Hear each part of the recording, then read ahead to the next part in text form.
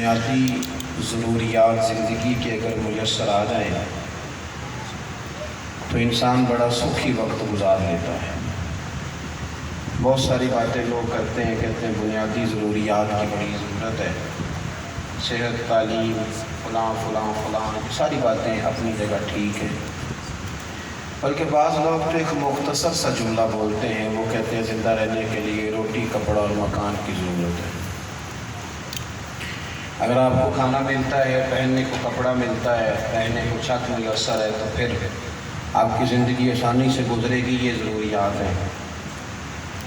میرا یہ کہنا ہے کہ اگر روٹی، کپڑا اور مکان سے ہی بندہ زندہ رہتا ہے تو پھر لوگ جیل میں کیوں پریشان ہوتے ہیں؟ وہاں تو روٹی بھی ملتی ہے، کپڑے بھی ملتے ہیں، مکان بھی ملتا ہے۔ قید کس چیز کا نام ہے؟ وہ قیدی کا ہے، تینوں چیزوں تو میسر ہیں۔ اس کا مطلب یہ ہوا کہ انسان روٹی، کپڑا اور مکان کے ساتھ زندہ نہیں رہتا، بلکہ انسان اپنوں کے ساتھ زندہ رہتا ہے۔ اس کے اپنے اس کے پاس موجود ہوں، اس کا بھائی ہو، بہن ہو، بیٹا ہو، بیوی ہو، ماں باپ ہو، دوست یار ہو۔ روٹی، کپڑا اور مکان اگر ضرورت ہوتی تو قیدی کبھی بھی پریشان نہ ہوتا، وہ رہائی کی کبھی بھی دعا نہ کرتا، اسے تو فارغ بیٹھے ساری چیزیں مل رہی ہیں۔ تو آزمائش کس چیز کی؟ اپنوں کی ضرورت ہوتی ہے، اپنوں کی۔ اپنے ساتھ ہوں تو پھر انسان صحیح جی لیتا ہے، اور اگر اپنوں سے اس کا ساتھ چھوٹ جائے، اپنے دور ہو جائیں گے۔ پردیش میں اگر کوئی بندہ کھربوں روپیہ بھی کما لینا اور وہ سڑک بھی بالکل ٹھیک ہے، گھر بھی بالکل ٹھیک ہے، قانون بھی بالکل ٹھیک ہے، کھانا پینا بھی ٹھیک ہے، تو اپنے کیوں یاد آتے ہیں؟ وہ پردیسی کس بات کا ہے؟ انشاءاللہ پردیسی کوئی بھی نہ تھی کاکھ جنا تو پائے۔ حالانکہ زندگی کی آسائشیں تو میسر ہیں، تو سمجھ لیں کہ اپنوں کے ساتھ وقت گزرتا ہے، اپنوں کے ساتھ۔ لیکن پتہ نہیں زمانے کو کیا ہوا کہ لوگوں نے باقیوں کے ساتھ تو رویے ٹھیک کر لیے، اپنوں کے ساتھ ہی خراب کر لیے، لب و لہجے ٹھیک نہیں۔ کئی لوگ ایسے آپ کو ملیں گے جن کا باہر اخلاق بڑا اچھا ہے، گھر میں حالت بڑی خراب ہے۔ باہر لوگ کہتے ہیں یہ بڑی گڈ بک میں ہے ہماری، گھر میں لوگ پریشان ہیں۔ آپ اپنوں کے ساتھ رسول کائنات صلی اللہ علیہ وسلم کے گرد ہمیشہ لوگ بیٹھے رہتے تھے، ہمیشہ، ہر وقت کوئی نہ کوئی بیٹھا ہے، دکھ سنا رہا ہے، بات کر رہا ہے، سارے بیٹھے۔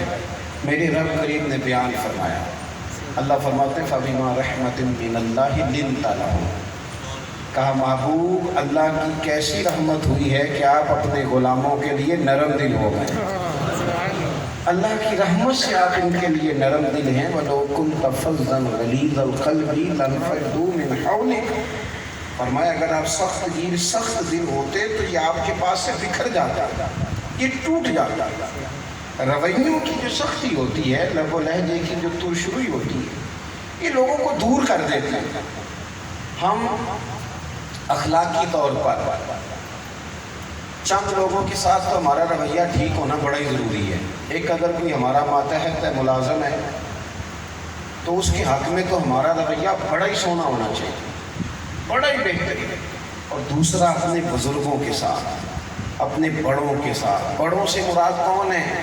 آپ کے اساتذہ، مساجد کے ائمہ، آپ کے ٹیچرز، اسکول کے ہوں یا مدرسہ کے ہوں۔ یاد رکھنا، اسکول کا teacher matric P T C ہو نا، اور وہ سائیکل پہ جا رہا ہو اور اس کا شاگرد پی ایچ ڈی کر گیا، پجاروں پہ آ رہا ہے، اور گاؤں کی نکر پہ کونے پہ ملاقات ہو گئی، تو اگر وہ پجاروں سے شاگرد اتر آئے نا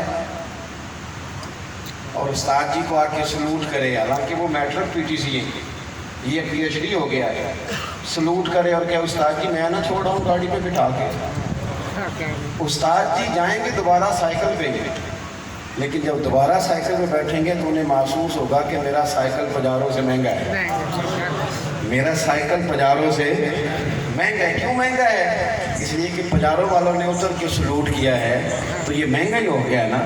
یاد رکھیں کہ جب آپ کا رویہ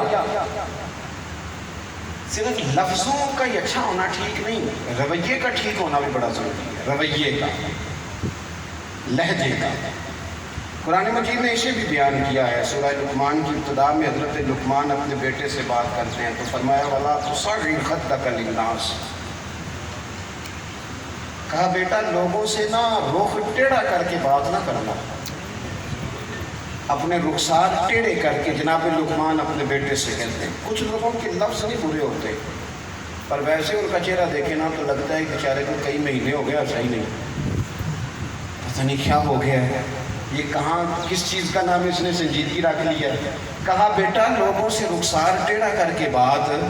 ادھر دیکھیں جی میری طرف، موبائل پہ ویڈیو بنانے والے، آپ کو ویڈیو تو انشاءاللہ مل ہی جائے گی، تو نہ آج موبائل دیکھیں، آج تو ہم ڈائریکٹ آئے بیٹھے ہمیں دیکھیں. آپ مہربانی کریں میری بات پہ توجہ کریں. عزیز دوست، وہ نا بوڑھا ساس ہے سسر ہے تو وہ کہتے ہیں بہو سے کہ بوڑھے ہیں بیمار ہیں معذور ہیں کھانا لے آ، تو لے آئیے وہ کھانا بہو، لیکن اس نے پٹکا ہے لا کے پلیٹ کو زمین میں، پانی سختی کے ساتھ رکھا ہے، دروازہ اس نے زور سے بند کیا. اس نے آواز دی بیٹے بات سننا، تو اس نے جی ابا جی کہا ہے پر اس لفظ اتنے سخت تھے کہ شام کو بیٹا گھر آیا تو وہ نہ رو ہی پڑے ہیں. ماں باپ کہنے لگے تیری بیوی کا رویہ بڑا سخت ہے، اسے سمجھا. تو خاوند نے پوچھا تو وہ کہتی ہے ابا جی نے پوچھو میں آکھیا کیے، آکھیا واقعی کچھ نہیں سمجھا، کوئی جملہ ادا کوئی گالی نہیں دی، کچھ نہیں کہا، لیکن تیرا رویہ ہی بڑا سخت تھا، تیرا لہجہ ہی بڑا کڑوا تھا. یعنی ابا جی نے بیٹے کو آواز دی پتر کو، بیٹے بات سننا، تو آقا تو جی ابا جی حکم کرے، ابھی تو میں گیا تھا. تو ابا جی کیا کہتے ہیں؟ ابا جی کہتے ہیں پتر تو نے بات نہیں مانی تو نہ مان، بول تو صحیح نا، لہجہ تو ٹھیک کرنا یار، تیرا لہجہ ٹھیک نہیں، تیرا جس دن آپ ایک دفعہ کہتے ہیں نا اپنے والد کو کہ ابا جی آپ بھی تو تھوڑے سیانے ہو جائیں نا، ٹھیک ہے میری بیوی میں غلطی ہے پر تھوڑے آپ بھی ایک دفعہ کہہ دیتے ہو نا. باپ بولتا نہیں بیچارہ پر ساری رات روتا ہے. وہ کہتے اس نے تو میری کمائی خراب کر دی ساری، میری تو کمائی ساری، میں نے تو جوانی اس کے نام دے دی تھی، میں ہی نہیں سیانا، یعنی میں ہی میرے اندر ہی غلطی ہے. آپ کا لہجہ کئی دفعہ. حضرت جابر ابن عبداللہ رضی اللہ تعالیٰ عنہ فرماتے ہیں کہ میرے ایک ساتھی صحابی فرمایا کرتے تھے کہ جب حضور مدینہ منورہ آئے تو میں زیارت کے لیے گیا، میں نے معصوم آمنہ کو، کریم محبوب کو پہلے دن دیکھا تو حضور مسکرا رہے تھے. پھر میں 10 سال زیارت کرتا رہا تو میں نے سونے کو مسکراتے ہی دیکھا. میں وصال سے چند دن پہلے بھی زیارت کرنے گیا تو میں نے کریم محبوب کو مسکراتے ہی دیکھا ہے. حضور مسکرا کے بات کرتے، لہجے کا حسن. ہمارے یہاں کچھ لوگ کہتے ہیں جی میں سچا ہوں اس لیے کڑوا ہوں، تو میں کہتا ہوں آپ کو غلطی لگ گئی، آپ سجدہ صاف کریں. دنیا میں سب سے زیادہ سچے مدینے والے امیر ہیں اور سب سے زیادہ میٹھے بھی مدینے والے رسول ہیں. تو پتہ نہیں کون سا سچ بولتا ہے جو کسیلا ہے، سچ تو ہوتا ہی میٹھا ہے. کس نے آپ کو کہا ہے سچ کڑوا ہوتا ہے؟ مسئلہ یہ ہے کہ سچ آپ دوسروں کے بارے میں بولتے ہیں نا، اپنے بارے میں بولے نا. سچ دوسروں کے بارے میں، حالانکہ اپنے بارے میں سچ بولنے کا حکم تھا، دوسروں کی تو پردہ پوشی کا حکم تھا. تو جہاں پردے ڈالنے تھے وہاں سچ بولنا شروع کر دیا، کہانیاں سنانی شروع کر دی، الزام تراشی. لہجے پر محنت کریں، آپ کا انداز ٹھیک ہو، صرف بات نہیں لہجہ بھی ٹھیک ہو. ادعو الی سبیل ربک بالحکمہ، میرا تو رب کہتا ہے تو دین کی بھی بات کر تو ذرا دانائی کے ساتھ کر، اللہ کی طرف بھی دعوت دے تو ذرا حکمت کے ساتھ دے. تیرا انداز، تیرا لہجہ، تیرا بات. ایک بڑے بخاری مسلم میں حدیث ہے، یمامہ قبیلے کے ایک سردار تھے، ثمامہ بن اسال نام تھا. بڑے سخت دشمن تھے معاذ اللہ مسلمانوں کے. کچھ لوگ بڑا سخت بیر بھی پال لیتے دل میں، نام بھی معاذ اللہ سننا پسند نہیں کرتے. مسلمان اگر کبھی اس رستے سے گزرتے تو یہ تنگ کرتے مسلمانوں کو. غلہ زیادہ یہی برآمد کرتے تھے، لوگوں کے ہاں غلہ زیادہ لین دین انہی کا تھا. سردار آدمی تھے. ایک دن گزر رہے تھے مدینے کے پاس سے، عمرے کی غرض سے جا رہے تھے تو صحابہ نے گرفتار کر لیا. اسلام کے بڑے دشمن ہیں، لا کے مسجد نبوی کے ساتھ باندھا، ستون کے ساتھ. حضور گزرے، کوئی بات نہیں کی حضور نے. ایک بات اور بھی عرض کرنی ہے، یہ جوان بالخصوص میری بات پر توجہ کرے. اینٹ کا جواب پتھر سے دینے سے بندہ کئی دفعہ ناکام ہو جاتا ہے، چپ کر جانے سے کئی دفعہ فائدہ ہوتا ہے. نہیں سمجھ آئی آپ؟ سبحان اللہ. ایک بندہ آپ کے ساتھ بحث کرے آپ چپ کر دیں، وہ پھر بحث کرے آپ چپ کر دیں، وہ تیسری سخت بات کرے آپ چپ کر دیں، وہ پتہ آخر میں کیا کہے گا؟ کہے گا میں پاگل ہوں. تو جواب ہی نہیں دیتا. آپ جواب دے کے کسی کو پاگل نہیں کر سکتے، چپ رہ کے پاگل کر سکتے ہیں. چپ رہ کے وہ آپ سے کہے چپ کیوں ہو، تو اسے کو ہمیں درویش نے کہا تھا جتن جتن ہر کوئی کھیڑے، اوے تو ہارن کھیڑ فقیرہ، اوے جتن دا مول کوڈی پہندہ ہی ہارن دا مول ہیرا. تو چپ کر دیں. چپ سے نا سامنے والا کہے گا میں پاگل ہوں. آپ کی چپ بہت بڑا طوفان ہے. چپ سے لوگ ڈرتے ہیں، باتوں سے کم ڈرتے ہیں، پر ہم چپ کرتے ہی نہیں. ہم تو کہتے ہیں تو ٹھہر جا پہلے میری سن. ذرا چپ کریں گے تو فائدہ ہوگا. حضور نہ قریب سے گزرے، بولے نہیں. تو یہ سردار آدمی تھے، مالدار تھے.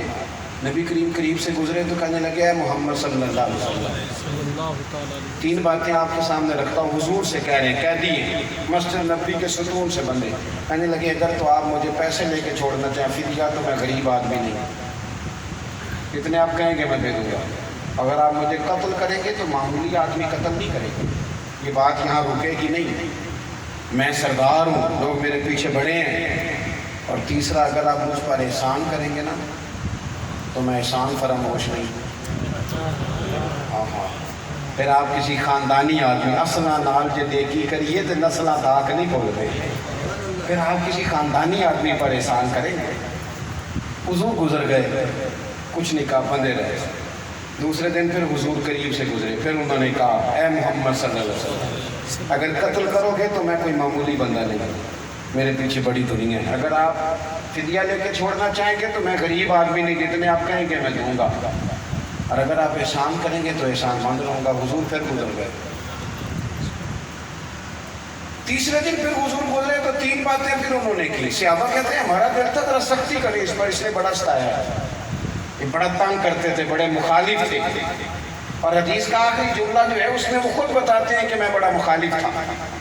صحابہ کرام علیہم رضوان شارحین نے لکھا ہے کہ ان کا دل تھا کہ ذرا ان پر سختی ہو. لیکن تیسرے دن نا حضور نے نماز پڑھائی اور وہ نماز پڑھا کے فرمایا کھول دو اسے جانے. قتل والی بات بھی موجود تھی، فدیے والی بھی موجود تھی. حضور نے کون سی قبول کی؟ احسان کرنے والی. اللہ کرے ہم بھی احسان والی بات ہی قبول کیا کریں. فرمایا جانے دو. اور یار کبھی تو جانے دو نا. ہر جگہ ہی لڑ پڑنا، ہر جگہ ہی لہجہ سخت کر لینا، کہیں تو جانے دے. کہا جانے دو. کھول دی رسیاں. اب حضور بیٹھے ہیں مسجد میں، یوں ہے جیسے کسی کا انتظار ہو رہا ہے. تھوڑی دیر گزری تو سمامہ واپس آئے اور داڑھی اور پانی سے بالوں کے قطرے ٹپک رہے تھے. آ کے کہنے لگے میں نے کہاں جانا تھا، میں تو غسل کرنے گیا تھا، کنویں سے غسل کر کے پاک ہو کے آیا. اور پھر آ کے کہنے لگے محبوب مجھے شہروں میں معاذ اللہ سب سے زیادہ ناپسند مدینہ تھا، لیکن قسم اللہ کی عزت کی اب میرا دل کرتا ہے مدینے سے جاؤں گا. مجھے سب سے زیادہ پسند یہ. حضور کے لہجے کو دیکھا، نبی پاک سے گفتگو تو کی نہیں، حضور کا آنا جانا دیکھا، بیٹھنا دیکھا، غلاموں کے ساتھ وقت گزارنا دیکھا، اور کچھ نہیں دیکھا. تیری صورت تیری سیرت زمانے سے نرالی ہے، تیری ہاری کا ادا پیارے ادائے بے مثالی ہے. کریم محبوب صلی اللہ علیہ وسلم سے کہنے لگے حضور دینوں میں سب سے زیادہ اسلام کو ناپسند کرتا تھا، اب میری جان بھی اسلام پہ قربان ہے. اور کہنے لگے محبوبہ آپ کا چہرہ. حضور پہلے کوئی خیال اور تھا، لیکن اب تو قربان جاؤں مکھ چند بدر شاشانی ہے، متھ چمک دی لاٹ نورانی ہے، کالی زلف تے اکھ مستانی، مخمور اکھی ہیں مد بریاں. حضور اس سے زیادہ شان والا چہرہ ہے ہی کوئی نہیں. میرا دل کرتا ہے رخ نور سے میں نظریں ہٹاؤں ہی نہ. اپنے لیکچر سے تبلیغ اور انقلاب برپا کرنا چاہتے ہیں. تقریر بھی جادو ہوتی ہے، یہ بھی بڑا اثر کرتی ہے، شک کوئی نہیں. اور میں نے تو اس کے اثرات دیکھے، یہ کرتی ہے اثر. اور بھائی لیکچر بار بار چلے گا، گھر میں نہیں چلے گا. گھر میں عمل چلے گا. گھر میں نماز کا لیکچر نہ دیں، گھر میں مصلی بچھا لیں. آپ مصلی بچھا لیں، آپ کا 2.5-3 سال کا بچہ جسے کچھ پتہ نہیں نا نماز کا، وہ بھی آپ کے ساتھ آ کے کھڑا ہو. عمل چلے گا، عمل. اپنے لہجے کو تھوڑا سا میٹھا کریں، آپ کا انداز گفتگو تھوڑا سا حسین ہو. وہ ضروری ہے ہر بندے کو ہم نے جواب ہی دینا ہے، ہر جگہ جھگڑا ہی کرنا ہے؟ آپ یقین کریں کہ ہمارے لہجوں میں سختی ہے. قتل کی وجہ لہجوں کی سختی، ناراضگیوں کی وجہ لہجوں کی سختی، خودکشی کی وجہ مزاج کی سختی، غصہ. ہمارے پاس اگر دن میں 100 لوگ مسئلہ پوچھتے ہیں تو ان میں 95 وہ ہوتے ہیں جو طلاق کا مسئلہ پوچھتے ہیں. اور کبھی کبھی کچھ ایسے لوگ بھی مسئلہ پوچھنے آتے ہیں کہ کلیجہ منہ کو آتا ہے. ایک دن ایک صاحب لے کے آئے، 2-3 بچے بھی ساتھ تھے. وہ میں نے دی بس وہ روز کہتی تھی اس طرح، تو پھر میں یوں کہتا تھا، تو میں نے 3 دفعہ کہہ دیا طلاق طلاق. وہ مسئلہ پوچھ رہے تھے تو میں ان کے بچے دیکھ رہا تھا. ان بیچاروں کی تو غلطی کوئی نہیں، نہیں انہیں تو ماں اور باپ دونوں چاہیے، لیکن پیچھے پس منظر کیا ہے؟ لہجے کی سختی. اور وہ صرف مردوں میں نہیں، وہ عورتوں میں بھی بڑی ہے. جہاں ہے وہاں بڑی ہے. ابھی جہاں اڑ گئی ہیں اللہ ماشاء اللہ اڑ ہی گئی ہیں. بھائی تھوڑی سی تو گنجائش دیں، تھوڑا سا تو قبول کریں، تھوڑا سا تو ہمارے انداز میں نرمی آئے. ہر جگہ ہی الجھاؤ پیدا کریں گے، ہر جگہ ہی بحث کریں گے، ہر جگہ ہی ہم نے، اور ہر ایک سے بحث کریں گے، ہر ایک سے بحث. جس سے دل کیا بحث شروع کر دی، جس سے دل کیا. ملا رومی رحمۃ اللہ علیہ فرماتے ہیں گدھے اور گھوڑے کی بحث ہو گئی تھی. گدھا کہتا تھا آسمان کا رنگ کالا ہے، گھوڑا کہتا تھا نیلا ہے. کیا ہوتا ہے آسمان کا رنگ؟ نہیں دیکھنا نہیں، بس رنگ دسنا ہے. آسمان کا رنگ نیلا ہوتا ہے نا. وہ ایک بزرگ تھے تو وہ اپنے کسی شاگرد کے ساتھ جا رہے تھے. ہمیں لوگ بلاتے ہیں نا جب صبح تو کہہ دیتے ہیں فلان جگہ جلسہ ہے، تو چلو ہمارے لیے سہولت ہے، ہم تو میپ پہ دیکھ لیتے ہیں کتنی دور ہے.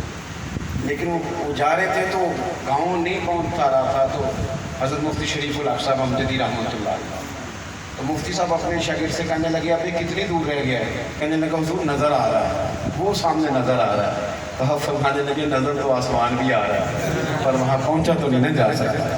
شارع بخاری مفتی شریف الحق صاحب امجدی رحمۃ اللہ فرمانے لگے نظر تو آسمان بھی آتا ہے، پر وہاں پہنچا تو نہیں جا سکتا. تو مجھے فاصلہ بتا کتنا، نظر آنے کا نہ بتا. آسمان دیکھے نہیں، صرف بتائے رنگ کیا ہوتا ہے آسمان کا. اللہ آپ کا بھلا کرے. گھوڑا کہتا تھا نیلا ہے، گدھا کہتا تھا. بحث لمبی ہو گئی. میرا ایک فتویٰ ہے، اس سے علماء اختلاف کرتے ہیں، آپ بھی کر لینا. میری خواہش ہے تو اب اختلاف کریں. میرا یہ فتویٰ ہے کہ میاں بیوی کی لڑائی میں نا زیادہ قصور میاں صاحب کا ہوتا ہے. آپ نے تو بولنا شروع کر دیا، میں صحیح کہہ رہا ہوں. وہ کیوں؟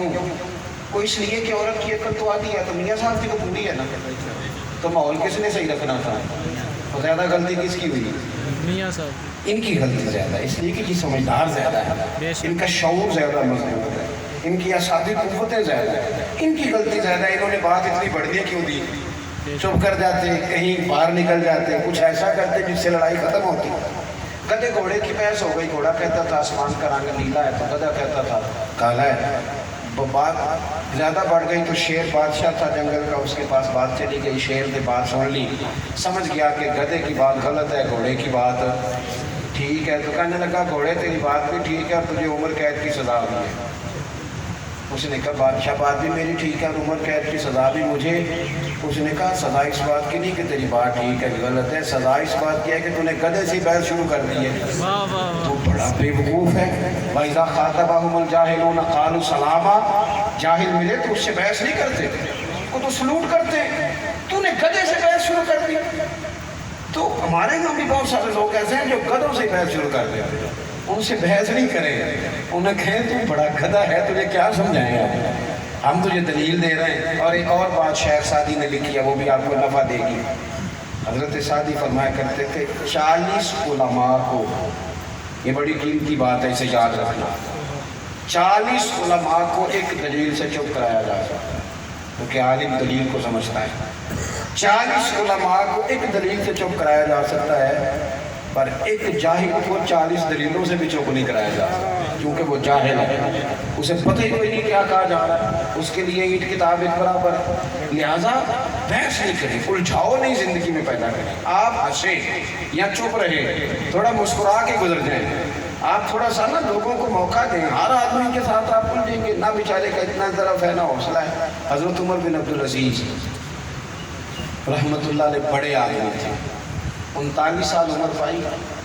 میں نے اس جمعے میں دوستوں سے کہا وقت بڑا ضائع کرتے ہو تم لوگ، ہمارے پاس جو سب سے قیمتی شے وہ وقت ہے، اس کو ضائع نہیں کریں، اسے مینج کریں۔ 10 منٹ مل جائیں تو تسبیح ہمیشہ ہاتھ میں جیب میں رکھا کریں، یہ ہاتھ میں ہو تو چلتی بھی رہتی ہے۔ کوئی کہے بھی کہ تسبیح پکڑ لیا تو اس کو کہاں پکڑ لیا، تجھے کیا لگے؟ تسبیح ہاتھ میں رکھیں۔ قرآن مجید اتنی چیزیں موبائل میں رکھی ہیں تو قرآن پاک کیوں نہیں رکھتے موبائل میں؟ اسے بھی رکھو، جہاں موقع ملے تلاوت شروع کر۔ وقت تھوڑا رہ گیا ہے۔ ہاں اٹھ فریدا ستے آتے، داڑھی آ گیا پور، سفید ہو گئی داڑھی۔ بابا صاحب کہتے ہیں اٹھ فریدا ستے آتے، کوئی داڑھی آ گیا پور، اگا نیڑے آ گیا، پچھا رہ گیا دور۔ اٹھ فریدا ستے آ، جھاڑو دے مسیح، اوے تو ستے رب جاگدا، تیری ڈاڈے نال پرید۔ اٹھ نہ فریدا ستے آ، اٹھ نہ فریدا ستے آ، یہ غفلت سے اٹھانے کی بات ہے۔ اٹھ نہ فریدا ستیا، میلہ ویکھن جا، امتے کوئی مل جائی بخشیا، یعنی ڈھونڈ کوئی اللہ کا نیک بنتا۔ اٹھ فریدا ستیا، کوئی خلقت ویکھن جا، امتے کوئی مل جائی بخشیا تے تو بھی بخشیا جا۔ 39 سال عمر پائی حضرت عمر بن عبدالعزیز نے، لیکن 39 سالوں میں دنیا کو عدل سے بھی بھرا، انصاف بھی کیا، پچھلے بادشاہوں کے ظلم بھی دور کیے، حق بھی ادا کیے، اور 39 سالوں میں ساری رات رب کی عبادت بھی کر لی۔ ہر روز لاکھوں مرتبہ درود شریف بھی پڑھا، ہر ہفتے پورا قرآن پاک بھی ختم کیا۔ عمر 39 سال کر کے چلے گئے، اتنے 100 سال بیت گئے اور خطیب ممبروں پہ ان کی تعریفیں کر رہے ہیں۔ اس کا مطلب ہے کہ چھوڑ دے، ابھی میں بچہ ہوں تو ابھی 25 کا ہوں تو ابھی 20 کا ہوں، کام کریں، جانے کا وقت پتہ نہیں کب آ جائے، کام کریں جتنا ہو سکتا ہے، ایک لمحہ بھی ضائع نہ کریں، اپنے اوقات کو مرتب کریں۔ حضرت عمر بن عبدالعزیز رحمۃ اللہ علیہ رات کو گلی سے گزر رہے تھے، اس زمانے میں لوگ کھڑاؤں پہنتے تھے، لکڑی کے جوتے پہنے ہوئے تھے، تو ایک بزرگ نا باہر سوئے ہوئے تھے فٹ پاتھ پہ گلی میں، لکڑی کے جوتے آج کل بھی جو باٹا شاٹا کے یا کوئی ایسے جوتے جو نیچے سے سخت ہوں پہن لیں، کسی کے پیر پہ آ جائے تکلیف ہوتی ہے۔ بابا جی سوئے ہوئے تھے، اندھیرا تھا، 2 گن مین سمجھ لیں ساتھ کے سپاہی، تلواریں نیزیں ہاتھوں میں، حضرت عمر بن عبدالعزیز گزر رہے ہیں، بابا جی کے پیر پہ پیر آ گیا۔ اچانک ٹکر ہو جائے تو بندہ کیا کہتا ہے؟ اندھے ہو، یہی کہتے ہیں نا، اچانک لگ جائے تو اندھے ہو بھائی۔ تو وہ پیر پہ پیر آیا تو بابا جی نے بھی وہی جملہ کہا، کہنے لگے حال انتم الآبا، کیا آپ اندھے؟ اٹھے فٹافٹ، جلدی میں بزرگ سوئے ہوئے تھے، پیر کو تکلی، اندھے ہیں آپ؟ بادشاہ ہے نا، ہم بھی کئی دفعہ معاف کرتے ہیں، پر اس لیے کرتے ہیں کہ ہم کر کچھ نہیں سکتے، چلو معاف ہی کر دیں، لیکن اس طرح کا بندہ معاف کرے تو اس نے صحیح معاف کیا ہے۔ حضرت عمر بن عبدالعزیز سے کہتے ہیں آپ اندھے ہیں؟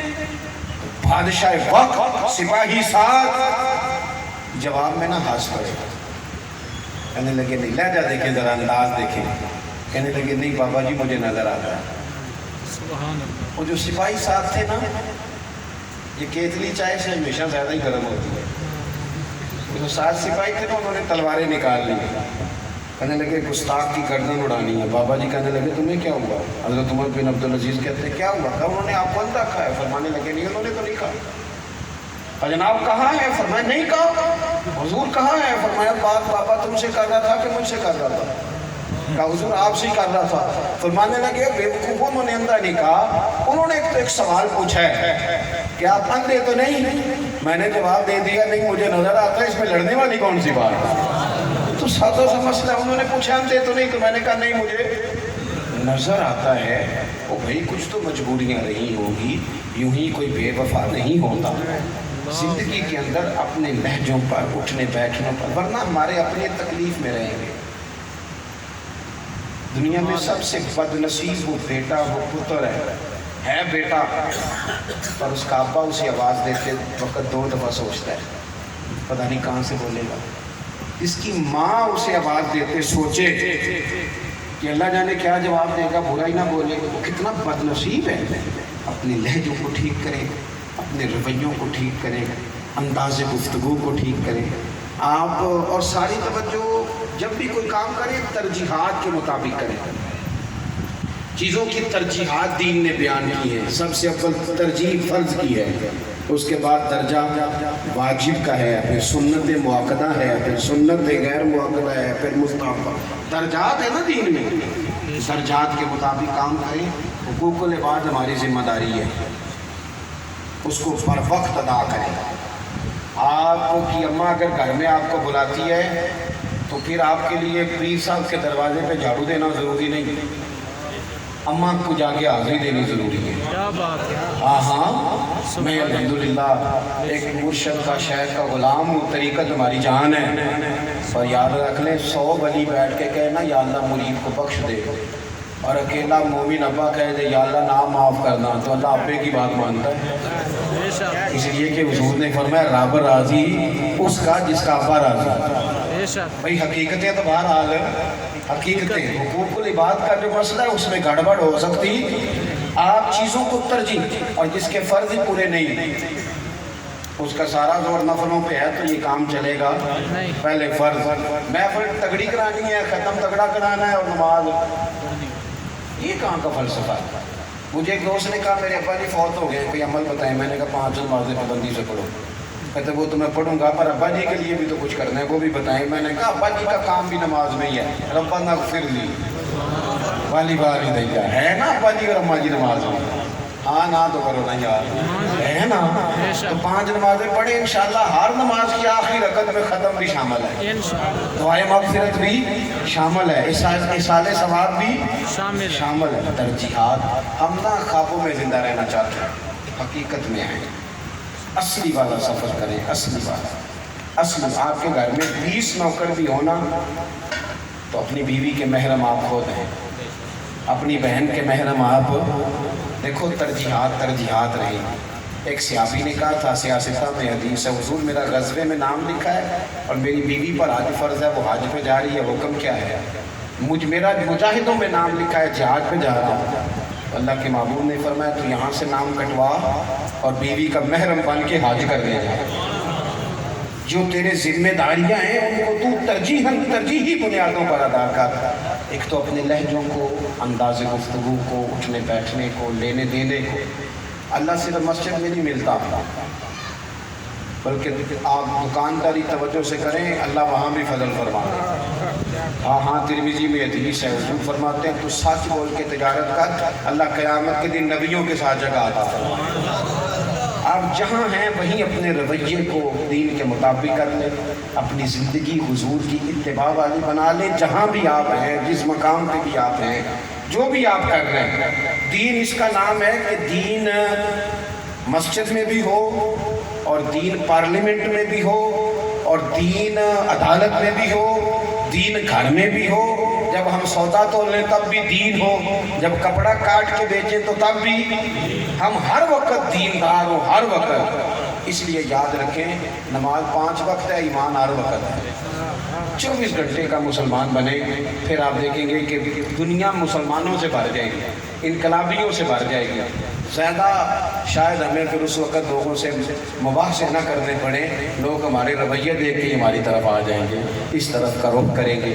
مغرب میں وقت تھوڑا رہ گیا، دعا کرتا ہوں جو میں کہہ سکا ہوں اللہ اسے قبول فرمائے. گفتگو کے دوران عمدن ساغن کسی جگہ ہم بھول گئے تو اللہ ہمیں معاف فرمائے.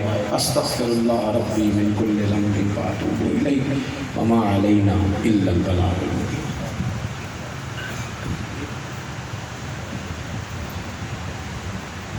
اللهم صل على سيدنا مولانا محمد وعلى الجود